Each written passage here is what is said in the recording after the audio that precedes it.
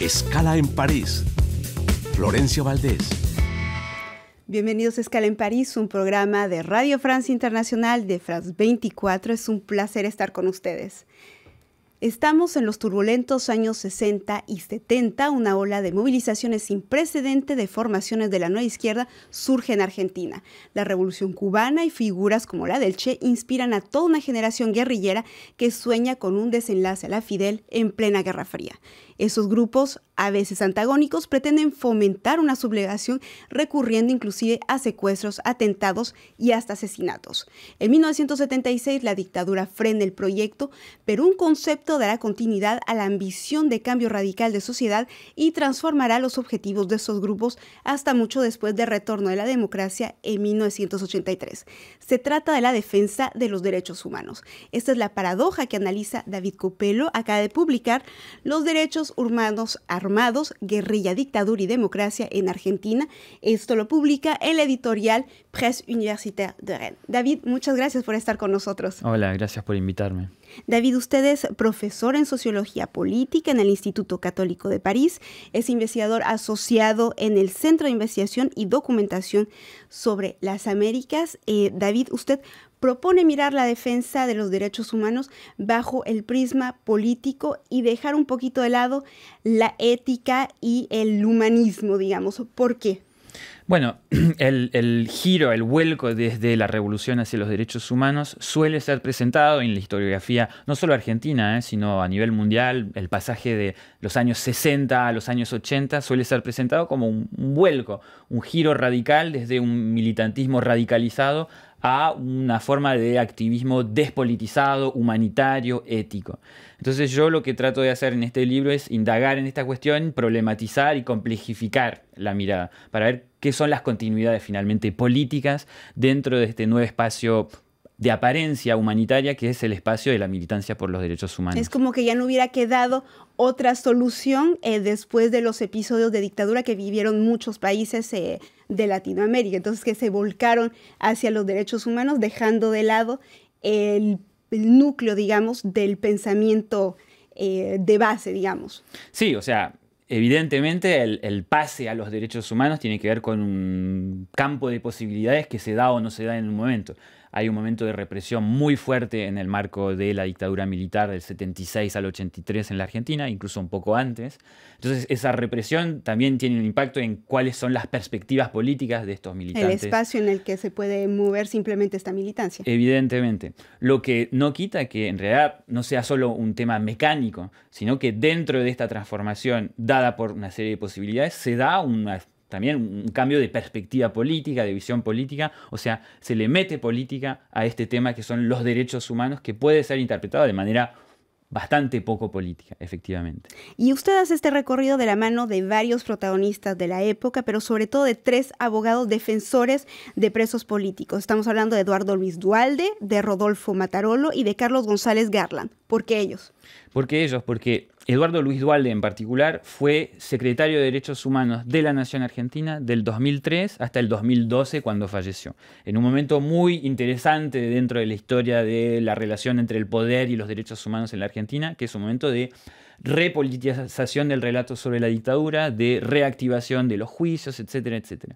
Lo que yo identifiqué en el momento de mi investigación es que este Eduardo Luis Duhalde, que no tiene que ser confundido con Eduardo Duhalde, que fue presidente de la Nación durante un periodo bastante corto. Aquí estamos hablando del abogado. Estamos hablando del abogado. Entonces, Eduardo Luis Duhalde es un personaje que venía de una militancia revolucionaria dentro del peronismo en los años 60-70, fue un referente intelectual y dentro de la abogacía, digamos, la defensa de presos políticos en esa época, y tiene una trayectoria muy larga dentro de ese espacio politizado y derecho humanizado, que se va derecho humanizando a medida que pasa el tiempo. Entonces es un personaje muy interesante para seguir esta trayectoria de continuidad.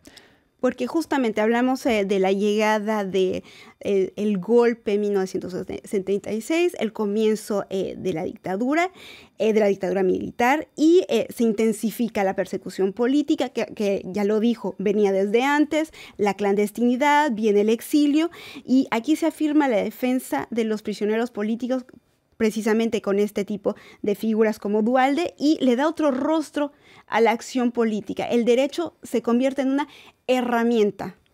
Sí, o sea, acá hay dos cosas interesantes, me parece, para plantear. La primera es que el golpe del 76 no es un quiebre total en la manera en que es percibido por los militantes. En su momento hay golpe y al día siguiente o en las semanas que siguen, uno de los principales líderes revolucionarios firma un comunicado que se llama Argentinos a las armas, diciendo, bueno, esto es la etapa final del capitalismo en la Argentina. O sea que en ese momento no se percibe un quiebre tan inmediato y radical. O sea que sigue habiendo una militancia revolucionaria en la Argentina durante varios meses e incluso un par de años.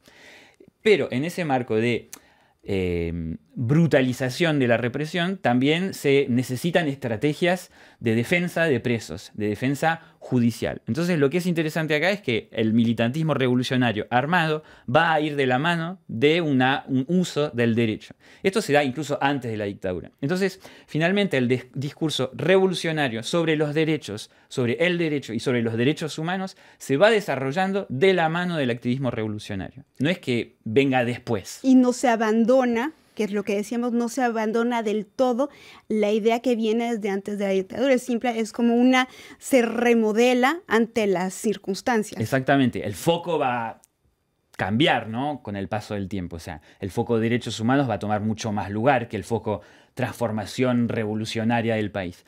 Pero sigue existiendo esa especie de mezcla, de hibridación. Y esa es la hibridación que a mí me interesa en el libro, ¿no? Porque hay muchos debates también en esta izquierda, porque es una izquierda muy amplia, muy diversa, de que si somos reformistas, si no somos reformistas, de si somos muy pequeños burgueses, si no lo somos, si seguimos siendo revolucionarios. Y esas son también las interrogaciones que agita a toda esta militancia que existe todavía, pero cada vez de manera más marginalizada precisamente por la brutalidad de la dictadura militar. Claro, se marginaliza esa militancia en los años 70 durante la dictadura y cuando se termina la dictadura en el 83 quedan grupos muy afectados por la represión política, grupos que fueron exterminados, para decirlo muy concretamente. Entonces también hay una forma de marginalización de este tipo de pensamiento y activismo en los años 80 después de la dictadura. También en 76 se crea la Comisión Argentina de Derechos Humanos, la famosa CADU. Este momento es capital para entender cómo se va a abordar esta cuestión de derechos humanos en esta izquierda. Sigo diciendo diversa porque no nos vamos a meter a los detalles que son también muy importantes, pero para eso leeremos el libro. Pero ¿por qué ese momento es fundador para lo que vendrá después?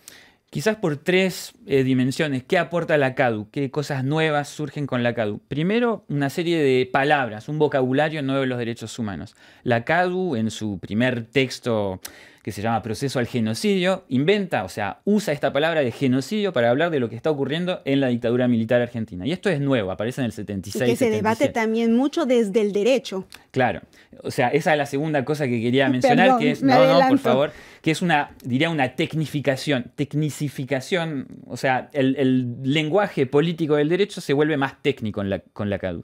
Los miembros de la CADU, en particular Rodolfo Matarolo, que usted mencionó hace unos minutos, es un personaje importante porque se mueve entre la ONU en Ginebra, entre asociaciones de abogados en París, en ese marco del exilio.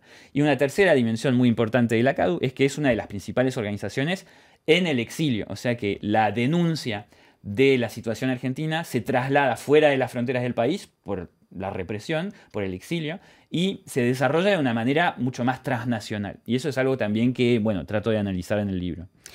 Me voy a saltar muchísimas etapas.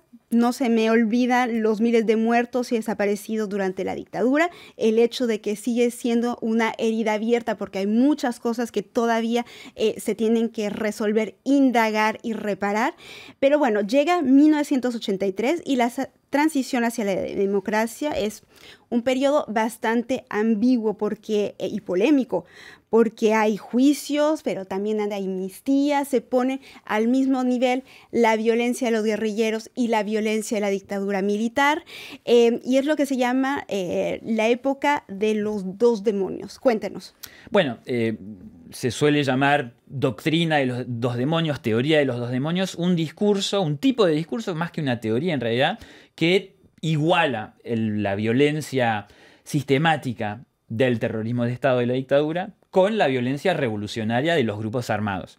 O sea, un tipo de violencia ejercida desde el Estado y otro tipo de violencia ejercida por individuos o grupos de ende privada. Entonces, este discurso de los dos demonios trata de decir, o plantea que, bueno, una violencia causó la otra y que entonces el país y, digamos, los argentinos inocentes se encontraron tomados entre dos fuegos y fueron víctimas de estas dos violencias simétricas. Entonces va a haber toda una desconstrucción de este discurso por parte de los grupos que yo estudié, ¿no?, en el libro, que vienen de esa militancia armada y que tratan de decir, bueno, lo que hizo el Estado... No es exactamente lo mismo. Claro, que no es exactamente lo mismo, que no tiene las mismas consecuencias jurídicas, etcétera, etcétera. Entonces, todo un discurso crítico sobre esta teoría de los dos demonios, teoría que es bastante dominante en el discurso público en los años 80, diría. Este periodo de transición también deja muchas huellas, un par de derrotas también, y llegamos al 2003. Sigo saltando muy rápido, y es la consagración institucional con la llegada de Néstor Kirchner al poder. ¿Cómo integró Kirchner el discurso de derechos humanos a su política? Bueno, Kirchner es un personaje interesante también porque es un viejo político peronista, ¿no? Es un tipo con una larga trayectoria ya en política argentina, que cuando llega al poder en el 2003, llega medio, no por casualidad, pero casi. Entonces le falta una base social de sustento, de popularidad. Y se va a apoyar en todos estos grupos que vienen de la militancia de derechos humanos, digamos. ¿Qué va a hacer Néstor Kirchner a partir del 2003? Primero, su discurso de Asunción en la Casa Rosada dice: formo parte de una generación diezmada y me reivindico de esa revolución, de esa generación que quiso hacer la revolución. De los setenteros. Los setentistas, los setenteros, efectivamente. A partir de eso, ¿qué va a proponer? Primero, reactivar los juicios. Segundo, bueno, desarrollar toda una serie de políticas públicas con dándole más presupuesto, por ejemplo, a la Secretaría de Derechos Humanos, de la cual, o sea, Duhalde va a ser el representante, y toda una serie de procesos de políticas públicas también que tienen que ver con una distanciación del poder político respecto al ejército. Hay una escena muy emblemática, simbólica, que es cuando Néstor Kirchner va al colegio militar y hace que saquen el cuadro de Jorge Rafael Videla, ex dictador, que había seguido formando parte, digamos, de los símbolos de la institución militar en la Argentina. Entonces es un quiebre generacional, un quiebre de discurso y un quiebre de políticas públicas en el ámbito de derechos humanos. Reactivación de los juicios, eso es central, digamos. Y efectivamente hubo todo un esfuerzo de reparación en esa época, pero se puede decir que hubo instrumentalización de esta noción de derechos humanos por parte de Kirchner, Néstor. Bueno, o sea, en política se instrumentalizan las cosas, no se hacen las cosas de manera completamente gratuita. Entonces, sí, efectivamente, esto está hecho con una perspectiva política. Lo que yo trato de plantear en el libro también es que derechos humanos y política forman parte de un mismo universo, ¿no? A partir del momento en que se habla en política, se movilizan cosas. La pregunta es cómo, de qué manera se asocia una política con una comprensión de los derechos humanos. Pues justamente Néstor Kirchner, Cristina Kirchner, el kirchnerismo está muy desmonetizado, es precisamente una de las razones, no la única, que llevó a Milei al poder. ¿Quiénes serían los herederos de toda esta generación y de todas estas figuras de esta izquierda argentina? Yo identificaría dos tipos de herederos o herencias. Un primer tipo de heredero que en realidad es un grupo que fue central en el funcionamiento del kirchnerismo, que sería la generación de los hijos e hijas de desaparecidos. En particular, gente que venía de esa asociación que se llamó Hijos en su momento, que fue creada en los años 90, que después tuvo muchos representantes, miembros en un grupo que se llama La Cámpora, que fue central también en el kirchnerismo, grupo que hoy está dirigido por Máximo Kirchner, el hijo de Cristina y Néstor. Toda esta generación que se reivindica de los hijos de los desaparecidos de la dictadura y que también tiene un discurso muy asociado con ese discurso que se fue creando a partir de los años 70. ¿Las abuelas también quizás? Bueno, sí, las abuelas, o sea, forman parte de ese universo. Yo no diría que son herederas porque suelen ser mayores. Son más bien predecesores. Sí, sí, pero las abuelas, las madres, obviamente, todo el universo de los derechos humanos argentinos tiene algún tipo de relación con este discurso de los derechos humanos revolucionarios. No es que todos estén de acuerdo, pero tienen un tipo de relación, a veces de confrontación. Esto es un primer tipo, diría, de herencias políticas. Otro tipo de herencia también que creo que se empezó a ver un poco más a partir de los años 2020, principios de los años 2020, es que todas estas instituciones que se crearon con el kirchnerismo, pienso en el Instituto de Espacio para la Memoria de la ex ESMA, el ex campo de concentración principal en Argentina, el Archivo Nacional de la Memoria, todos estos lugares que solían estar dirigidos por militantes, digamos, en los años 2000, a partir de los años 2015, 2020, empiezan a estar integrados por profesionales de la memoria, del trabajo sobre la memoria, de la historia. Y esto es también una herencia del proceso que se construyó a partir del kirchnerismo, de creación de instituciones muy politizadas en un principio, pero que se fueron profesionalizando con el paso del tiempo, instituciones que fueron directamente atacadas por el mileísmo hoy en día. Y que se pueden y probablemente se quedarán sin fondos. David, me queda pendiente ese capítulo, ya me quedo sin tiempo. Le agradezco haber estado con nosotros. Gracias, David Copelo, que es autor de Los Derechos Humanos Armados. Muchísimas gracias por haber estado con nosotros.